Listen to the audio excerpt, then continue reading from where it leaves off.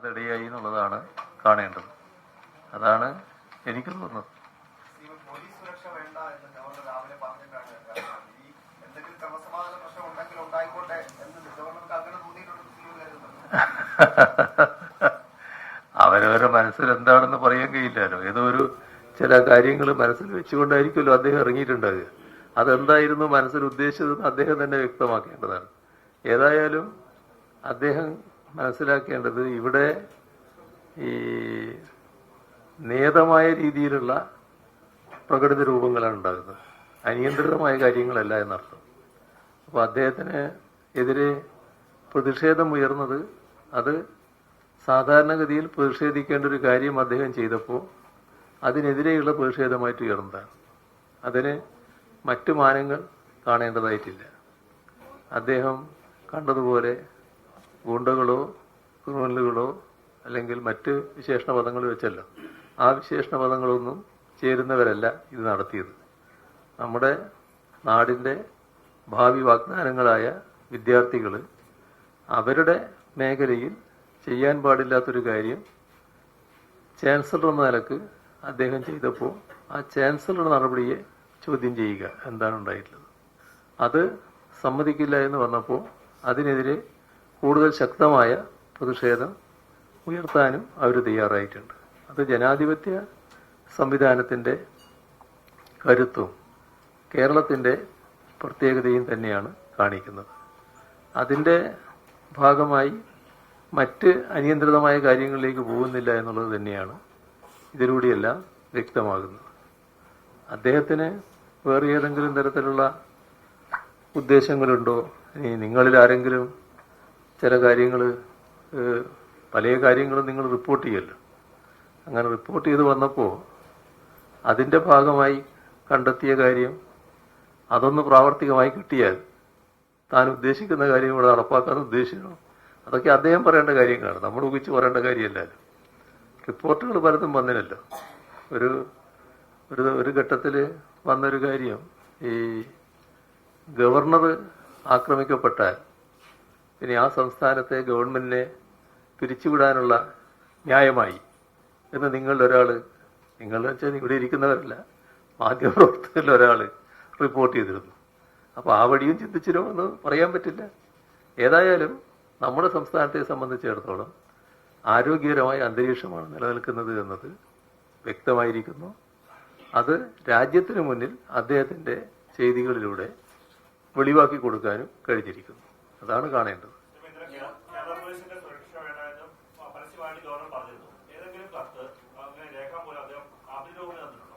അദ്ദേഹം കത്ത് കൊടുത്താലും കത്ത് കൊടുത്തില്ലെങ്കിലും Z+ കാറ്റഗറിയുള്ള ഗവർണർക്ക് സുരക്ഷ കൊടുക്കാനുള്ള ഉത്തരവാദിത്വം കേരള പോലീസിനുള്ളതാണ്. അദ്ദേഹത്തിന്റെ ഇഷ്ടാനിഷ്ടം വെച്ചല്ല സുരക്ഷ കൊടുക്കുന്നത്, അത് ആ സ്ഥാനത്തിനുള്ള സുരക്ഷയാണ്. ആ സുരക്ഷ നിർബന്ധമായും കൊടുത്തിരിക്കും.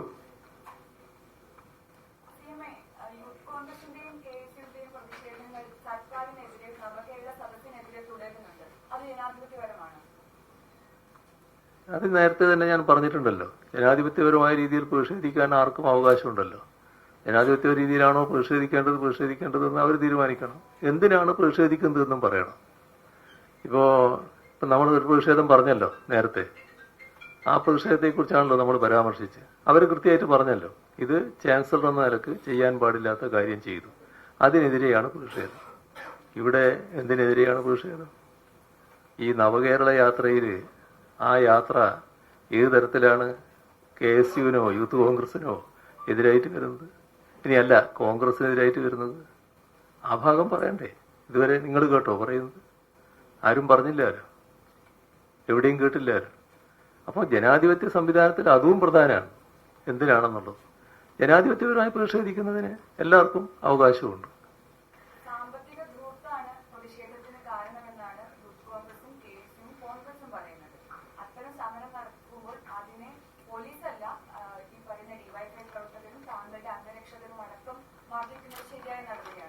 ഏത് മാധ്യമത്തിൽ നിന്നാ?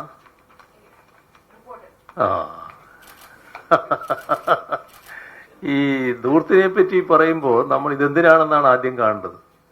ഇതെന്തിനു വേണ്ടി? ഈ യാത്ര നമ്മുടെ നവകേരള യാത്ര, നവകേരള സദസ്സ് നമ്മുടെ നാടിനെതിരെ കേന്ദ്ര ഗവൺമെൻറ് കാണിക്കുന്ന അവഗണനയ്ക്കെതിരെയുള്ളതാണ്.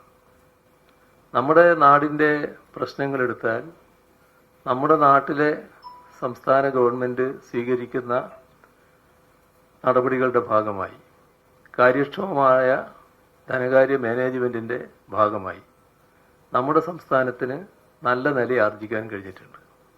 ഒരു തരത്തിലുള്ള സാമ്പത്തിക പ്രയാസവും നമുക്കുണ്ടാകേണ്ടതില്ല.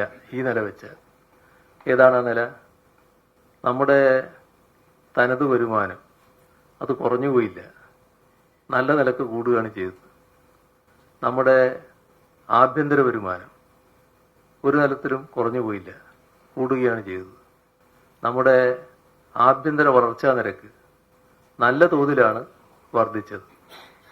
നമ്മുടെ പ്രതിശീർഷ വരുമാനം രാജ്യത്തെ തന്നെ മറ്റ് സംസ്ഥാനങ്ങളുമായി താരതമ്യപ്പെടുത്തിയാൽ അഭിമാനകരമായ വളർച്ചയാണ് ഇവിടെ ഉണ്ടായിട്ടുള്ളത്. ഇതൊക്കെ ഒരു സംസ്ഥാനത്തെ സംബന്ധിച്ചിടത്തോളം ഒരു സാമ്പത്തിക പ്രയാസവും ഉണ്ടാകേണ്ടതില്ല എന്ന അവസ്ഥയാണ്. പക്ഷെ എന്തുകൊണ്ടാണ് നമുക്ക് സാമ്പത്തിക പ്രയാസം? നമ്മുടെ കയ്യിൽ കിട്ടേണ്ട പണം വെറും നമ്മൾ ഉണ്ടാക്കുന്ന പണം മാത്രമല്ല, അതിൻ്റെ മറ്റൊരു ഭാഗം കേന്ദ്ര ഗവൺമെൻറ് നൽകേണ്ടതാണ്. കേന്ദ്ര ഗവൺമെൻറ് ഇവിടെ വിവിധ ഇനങ്ങളിൽ നൽകേണ്ട പണമുണ്ട്. ഒന്ന് നികുതി വിഹിതം. ആ നികുതി വിഹിതം നൽകുന്നതിൽ സുതാര്യത കേന്ദ്ര ഗവൺമെൻറ് പാലിക്കുന്നില്ല. തോന്നിയ പോലെ കുറക്കുകയും തോന്നിയതുപോലെ കൂട്ടുകയാണ്. അപ്പോൾ കേരളത്തിൻ്റെ കാര്യം വരുമ്പം കുറക്കും, അവർക്ക് കേന്ദ്ര ഗവൺമെൻറ്റിന് വേണം തോന്നുന്നവർക്ക് അല്ലാതെ കൂട്ടും. ഇതാണ് നടക്കുന്നത്. അതിൻ്റെ ഭാഗമായി നമുക്ക് കിട്ടുന്ന നികുതി വിഹിതത്തിൽ കുറവ് വന്നിരിക്കുന്നു.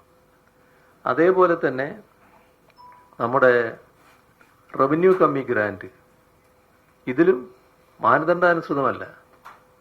കേന്ദ്ര ഗവൺമെൻറ് ഇഷ്ടാനിഷ്ടമനുസരിച്ച് കാര്യങ്ങൾ നടക്കുക. അതിന് ധനകാര്യ കമ്മീഷനുകളടക്കം ഉപയോഗിക്കുന്ന നില വരികയാണ്. ഇതിൻ്റെ ഭാഗമായി നമ്മുടെ വിഹിതം കുറയുന്നു, മറ്റ് ചിലയിടത്ത് വിഹിതം നല്ലതുപോലെ വർദ്ധിപ്പിച്ചു കൊടുക്കാൻ കഴിയുന്നു. ഇഷ്ടാനിഷ്ടമല്ലാലോ പ്രധാനം, നിയതമായ മാനദണ്ഡങ്ങളല്ലേ. ഇതിനു പുറമെയാണ് നമ്മുടെ സംസ്ഥാനത്തിന് ലഭിക്കേണ്ട നാം ചെലവിട്ട തുക. ആ ചെലവിട്ട തുക എന്ന് പറയുമ്പോൾ നമ്മുടെ നവകേരള സദസ്സിന്റെ ഭാഗമായി മുഖ്യമന്ത്രി മാധ്യമങ്ങളെ കാണുകയാണ്. 24 അഞ്ചിന്റെ വജ്രത്തിളക്കം.